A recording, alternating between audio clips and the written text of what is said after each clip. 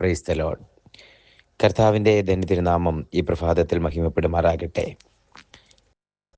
ഈ വർഷത്തിൻ്റെ second last എന്നൊക്കെ പറയുന്ന പോലെ ഒരു ദിനം കൂടി അവസാനിക്കാനുള്ളപ്പോൾ നമുക്ക് ഒരുമിച്ച് ദൈവപാദപീഠത്തിൽ ദൈവത്തെ മഹത്വപ്പെടുത്തുവാൻ, ദൈവവചന കേൾവിക്കായി കൂടി വരുവാൻ ദൈവമായ കർത്താവ് വെടിവാക്കിയ എല്ലാ സൗഭാഗ്യത്തിനായും കർത്താവിന് എല്ലാ മാനവും മഹത്വവും അർപ്പിച്ചുകൊണ്ട് ഇന്നത്തെ വേദവചന ധ്യാന ചിന്തയ്ക്കായി ഒരു വേദശകലം വായിച്ചു കേൾപ്പിക്കുന്നു. യെശയ്യാ പ്രവാചകന്റെ പുസ്തകം 58 അധ്യായം 14 വാക്യം. Isaiah chapter 58 verse 14. ഞാൻ നിന്നെ ദേശത്തിലെ ഉന്നതങ്ങളിൽ വാഹനമേറ്റി ഓടുമാറാക്കുകയും നിന്റെ പിതാവായ യാക്കോബിന്റെ അവകാശം കൊണ്ട് നിന്നെ പോഷിപ്പിക്കുകയും ചെയ്യും. യഹോവയുടെ വായല്ലോ അരുളി ചെയ്തിരിക്കുന്നത്. ഹല്ലേലൂയ. ഒരു നല്ല വേദവചനമാണ്. എപ്പോഴും വായിക്കുന്ന വചനമല്ല, എന്നാലും നമ്മുടെ ചിന്തകളിലൊക്കെ ഓടിപ്പോകുന്ന വചനമാണ്. 3 വാചകങ്ങൾ ഈ ഒരു പർട്ടിക്കുലർ വാക്യത്തിലുണ്ട്, 14 വാക്യത്തിലുണ്ട്. ഒന്ന്, ഞാൻ നിന്നെ ദേശത്തിലെ ഉന്നതങ്ങളിൽ വാഹനം ഓടിക്കുമാറാക്കും.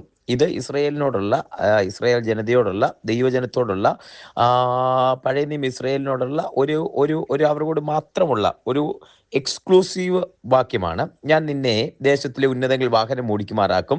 നിന്റെ പിതാവ് രണ്ടാമത്തെ പറയുന്നത്, നിന്റെ പിതാവായ യാക്കോബിന്റെ അവകാശം കൊണ്ട് നിന്നെ പോഷിപ്പിക്കും. ഇപ്പോൾ പിതാക്കന്മാരുടെ അവകാശം നഷ്ടപ്പെട്ടിരിക്കുന്നൊരവസ്ഥയിലാണ് ഈ വചനം പറയുന്നത്. ഇസ്രായേൽ ജനം ആ ടൈമിൽ ബാബേൽ സാമ്രാജ്യത്തിൻ്റെ കീഴിലായിരിക്കുമ്പോൾ തിരിച്ച് യാക്കോബിൻ്റെ അവകാശം തന്നു പോഷിപ്പിക്കുമെന്ന ഒരുറപ്പ് എന്ന് പറഞ്ഞാൽ കൊടുത്തിരുന്ന വാക്തത്വത്തിൻ്റെ ഒരു ഉറപ്പ്. ഏറ്റവും പരമപ്രധാനമായ 3-ാമത്തെ വാക്കാണ്. അതാണ് ഉറപ്പിക്കുന്നത്. അതാണ് ഇന്ന് നമ്മളോടും പറയാനുള്ളത്. യഹോവയുടെ വായല്ലോ അരുളി ചെയ്തിരിക്കുന്നത്. ഹല്ലേലൂയ. ഈ 3 വാചകങ്ങൾ അവസാനത്തെ വാചകമാണ് ഏറ്റവും പ്രസക്തം. ഇന്ന് നമ്മുടെ ദൂത് നമ്മളോട് പറയാനുള്ള ദൈവവചന ചിന്തയും അതാണ്. യഹോവയുടെ വായല്ലോ അരുളി ചെയ്തിരിക്കുന്നത്. ഹല്ലേലൂയ. എബ്രായ ലേഖനത്തിൽ ഇങ്ങനൊരു വാചകം പറയുന്നുണ്ട്. എല്ലാവരും ആണയിടുമ്പോൾ തനിക്ക് മീതെയുള്ളവരെ കൊണ്ട് ആണയിടും, എന്നാൽ ദൈവത്തിന് മീതെ ഒരുവനില്ലാത്തത് കൊണ്ട് തന്നെ കൊണ്ട് തന്നെ ആണയിടുന്നു. ഇവിടെ ഒരു വചനം യെശയ്യാ പ്രവാചകൻ ആത്മാവിൽ ജനത്തോട് വിളിച്ചു പറയുമ്പോൾ അത് കാലഘട്ടങ്ങളുടെ യുഗങ്ങളെ തട്ടി പ്രതിധ്വനിച്ച് നമ്മളോട് പറയുന്ന ഒരു വാക്ക്, യഹോവയുടെ വായല്ലോ അരുളി ചെയ്തിരിക്കുന്നത്. ഈ ശബ്ദം കേൾക്കുമ്പോൾ 2025 ഈ അവസാന ദിനങ്ങളിൽ കുഞ്ഞെ, നീ ഈ ശബ്ദം കേൾക്കുമ്പോൾ യഹോവയുടെ വായ നിന്നോട് അരുളി ചെയ്തിട്ടുണ്ടോ? ഇന്ന് നീ ആയിരിക്കുന്നത് ഒരൊറ്റപ്പെട്ട ഇടത്താണോ? ഇന്ന് നീ ആയിരിക്കുന്നത് നിന്റെ വാക്തത്വങ്ങളെല്ലാം പ്രാപിച്ചിട്ടും തകർന്നു കിടക്കുന്ന ഒരവസ്ഥയിലാണോ? വാക്തത്വങ്ങൾ യാക്കോബിന്റെ അവകാശമൊക്കെ ലഭിക്കും എന്ന് പറഞ്ഞിട്ടും സ്വന്തമായി ദേശമില്ലാതെ, വീടില്ലാതെ, സ്വന്തമായി ഉണ്ടായിരുന്ന നാട് നഷ്ടപ്പെട്ട്, ദേശം നഷ്ടപ്പെട്ട് ബാബേൽ രാജ്യത്തിന്റെ പ്രവാസത്തിൽ അടിമകളായിട്ട് കഴിയുന്ന ടൈമാണോ? പക്ഷെ ഒരു വാക്തത്വം നിനക്ക് ശേഷിക്കുന്നുണ്ട്. അതാണ് യഹോവയുടെ വായല്ലോ അരുളി ചെയ്തിരിക്കുന്നത്, അത് നിവർത്തിക്കും. ഈ വചനം പറയുമ്പോൾ അതിന് ഉറപ്പിക്കുന്ന മറ്റൊരു കാര്യം പറയാം. 2-ാമത്തെ സെന്റൻസ് പറയുന്നത്, ഒന്ന്, ഞാൻ നിന്നെ ദേശത്തിലെ ഉന്നതങ്ങളിൽ വാഹനമേറ്റി ഓടിക്കുമാറാക്കുകയും നിന്റെ പിതാവായ യാക്കോബിന്റെ അവകാശം കൊണ്ട് നിന്നെ പോഷിപ്പിക്കുകയും ചെയ്യും. യാക്കോബിന്റെ അവകാശം കൊണ്ട് നിന്നെ പോഷിപ്പിക്കും. ഈ കഴിഞ്ഞ മണിക്കൂറിൽ ഒരു സന്ദേശം കേൾക്കുമ്പോൾ അദ്ദേഹം ആ സന്ദേശത്തിൽ ഇങ്ങനെ പറയുക, അല്ലാതെ നമുക്കറിയാം, ലോകം മുഴുവനുള്ള ഇസ്രായേൽ, അത് എവിടെയായിരുന്നാലും ഇസ്രായേൽ എന്ന പേർ പറ്റി, യഹൂദൻ എന്ന പേർ പിടിച്ച് ലോകത്തിന്റെ പേർ പറ്റി ലോകത്തിന്റെ ഏത് കോണിലായിരുന്നാലും ബെഞ്ചമിൻ നെതന്യാഹു പറഞ്ഞിരിക്കുക അവരോട് തിരിച്ചു പോരാന്ന്, അവരോട് രാജ്യത്തേക്ക് മടങ്ങിപ്പോരാന്ന്. അദ്ദേഹം കഴിഞ്ഞ ഒരു ദിവസം ഇങ്ങനെ ഒരു പ്രസംഗത്തിൽ ഇങ്ങനെ അദ്ദേഹം ഒരു സ്ഥിതി വിവര കണക്കിങ്ങനെ പറയുന്നത് കേട്ടു. ആ ഏലാൻ താഴ്വരയിൽ 6000 വീടുകൾ വരുന്ന ആളുകൾക്ക് വേണ്ടി ഉണ്ടാക്കിക്കൊണ്ടിരിക്കുക. അപ്പൊ അതിനകത്തൊരു കാര്യമുണ്ട്. ഈ വചനം പറയുന്നത്, ഞാൻ നിന്റെ ദേശത്തിലെ ഉന്നതങ്ങളിൽ വാഹനം ഓടിക്കുമാറാക്കും. രണ്ടാമത്തേത്, പിതാവായ യാക്കോബിന്റെ അവകാശം കൊണ്ട് നിന്നെ പോഷിപ്പിക്കും. അവകാശം നഷ്ടപ്പെട്ടു. നമ്മുടെ ഇന്ത്യയിലും ചിതറിപ്പാർക്കുന്ന ജനമുണ്ടായിരുന്നു. മട്ടാഞ്ചേരിയിൽ ഒരു യഹൂദ കോളനി ഉണ്ടായിരുന്നു, യഹൂദ പട്ടണം ഉണ്ടായിരുന്നു, യഹൂദ പള്ളി ഉണ്ടായിരുന്നു. ഇന്ന് ചെന്ന് നോക്കിയാൽ പള്ളി ശേഷിക്കുന്നുണ്ട്, യഹൂദന്മാരില്ല അവിടെ. അവരെല്ലാവരും തങ്ങളുടെ സ്വന്തം നാട്ടിലേക്ക് മടങ്ങിപ്പോയി. ഇവിടുന്ന് മാത്രമല്ല, ലോകത്തിന്റെ എല്ലാ രാജ്യങ്ങളിൽ നിന്നും അവർ മടങ്ങിപ്പോയിരിക്കുകയാ. കഴിഞ്ഞ ദിവസം ഓസ്ട്രേലിയ ഉണ്ടായ ഒരു സ്ഫോടനവുമായിട്ട് ബന്ധപ്പെട്ട് അവിടെയുള്ള ചെറിയ നാമമാത്രമായ യഹൂദന്മാർ മടങ്ങി ഇസ്രായേലിലേക്ക് പോവുകയാണെന്ന് കേട്ടു. ലോകത്തിലുള്ള മുഴുവൻ യഹൂദന്മാർ, ഇതൊരു വാഗ്ദത്തത്തിന്റെ നിവർത്തിയാ. ലോകത്തിൽ അവർക്ക് എന്തൊക്കെ ലോകത്തിന്റെ വിവിധ ഭാഗങ്ങൾ ഉണ്ടാക്കിയെടുത്തു. ലോകത്തിന്റെ ഒരു ഹിറ്റ്ലർ എന്ന് പറയുന്ന ഒരു നരാധമ പറഞ്ഞു, യഹൂദൻ എന്ന ആ വംശത്തെ ലോകത്തിൽ ഇനി കാണുകയില്ല, അവസാനിപ്പിക്കുമെന്ന് പറഞ്ഞുകൊണ്ട് പല്ലും നഖവും കൊണ്ട് ആക്രമിച്ചു കീഴടക്കി അതിൽ ഏകദേശം 30,000 യഹൂദന്മാരെ ഗ്യാസ് ചേമ്പറിനകത്തിട്ട് കത്തിച്ചു കളഞ്ഞ ക്രൂരനായ മനുഷ്യൻ. കുഞ്ഞുങ്ങളെ പോലും വെറുതെ വിടാതെ, ഗർഭിണികളെ പോലും വെറുതെ വിടാതെ നശിപ്പിച്ചു കളഞ്ഞ യഹൂദൻ എന്ന പേര് ഭൂമുഖത്തു നിന്ന് മായ്ച്ചു കളയുമെന്ന് ശപഥം ചെയ്ത മനുഷ്യൻ. ആ മനുഷ്യനോട് ഈ വചനത്തിന്റെ അടിസ്ഥാനത്തിൽ പറഞ്ഞാൽ ആ മനുഷ്യൻ ഇന്നില്ല, ആ മനുഷ്യന്റെ തലമുറകളില്ല. ആ നാസിസം എന്ന് പറയുന്നത് തുടച്ചു മാറ്റപ്പെട്ടപ്പോൾ, അദ്ദേഹം ഉയർത്തിക്കൊണ്ടുവരുന്ന സമൂഹം പോലും തുടച്ചു മാറ്റപ്പെട്ടപ്പോൾ ഇന്ന് നിൽക്കുകയാ യഹൂദൻ. യഹൂദൻ ഒരു അടയാളമായി നിൽക്കുകയാ. നിങ്ങളൊന്ന് ചിന്തിച്ചു നോക്കിയേ, ലോകത്തിലൊരു 5 വാർത്ത കേട്ടാൽ അതൊന്ന് ഇസ്രായേലുമായിട്ട് ബന്ധപ്പെട്ട. നമ്മൾ ഏതെങ്കിലും ഒരു TV ചാനൽ എടുത്ത് അതിൽ 5 വാർത്ത ഒരുമിച്ച് കേട്ടാൽ ഒരു വാർത്ത യഹൂദിനെ കുറിച്ചുള്ളതാ, ബെഞ്ചമിൻ നെതന്യാഹുവിനെ കുറിച്ചുള്ളതാ, ഗാസയെ കുറിച്ചുള്ള, യഹൂദിനെ കുറിച്ചുള്ളതാ, അവരുടെ ചർച്ചയെ കുറിച്ചുള്ള, സമാധാനത്തെ കുറിച്ചുള്ളതാ.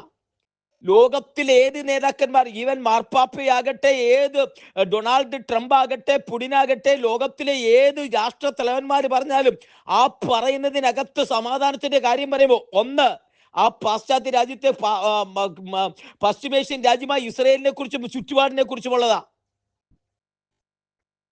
വാർത്തകൾ ഇന്ന് നിൽക്കുകയാ. 1967 പറഞ്ഞ് ഇസ്രായേലിനെ തീർത്തു കളയുമെന്ന് പറഞ്ഞ് ഈജിപ്തിന്റെ നേതൃത്വത്തിൽ ശക്തമായ ഒരു യുദ്ധ പ്രഖ്യാപനം ഉണ്ടായി, മുബാറക്കിന്റെ നേതൃത്വത്തിൽ. പക്ഷേ ആ 10 രാജ്യങ്ങൾ ചിന്നിച്ചിതറി യഹൂദൻ ഇന്ന് നിലനിൽക്കുകയാ.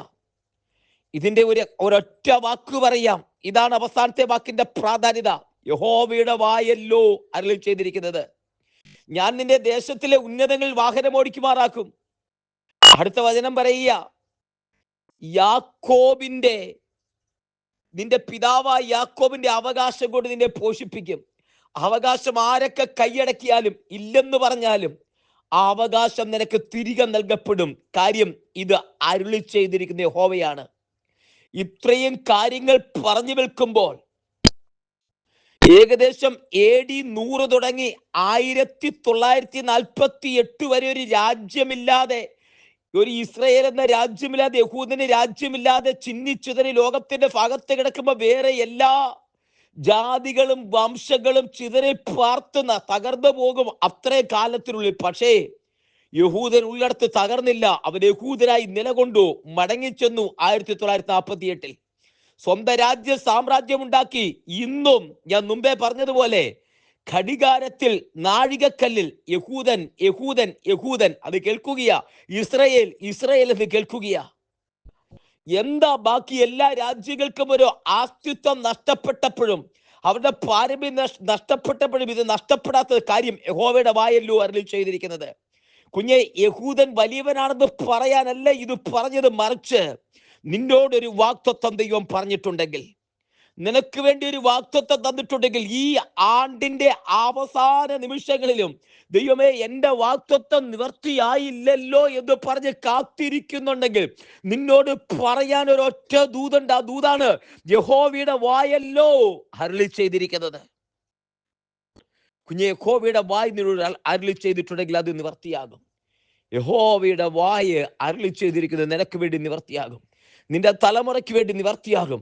സാഹചര്യങ്ങൾ എത്രയൊക്കെ എതിരായിരുന്നാലും, വാഗ്ദത്തം കിട്ടിയ നീ കാരാഗ്രഹത്തിൽ അകപ്പെട്ടിരുന്നാലും, പോത്തിഫേറിന്റെ വീട്ടിലായിരുന്നാലും, നീ ചെയ്യാത്ത കുറ്റത്തിന് ശിക്ഷ അനുഭവിക്കേണ്ടി വന്നാലും കുഞ്ഞേ, ഇന്ന് ഈ വചനം കേൾക്കുമ്പോൾ ഓർത്ത്, യഹോവയുടെ വായല്ലോ നിന്നോട് അരുളി ചെയ്തിരിക്കുന്നത്, യഹോവയല്ലോ നിനക്ക് ദർശനം തന്നിരിക്കുന്നത്, യഹോവയുടെ വചനമല്ലോ പ്രസ്താവിച്ചിരിക്കുന്നത്. ഇത് നിവർത്തിക്കുക തന്നെ ചെയ്യും. ഇത് നിവർത്തിക്കും കുഞ്ഞേ, ഇത് നിവർത്തിക്കും. നിന്റെ ജീവിതത്തിനകത്ത് ഇത് നിവർത്തിക്കും.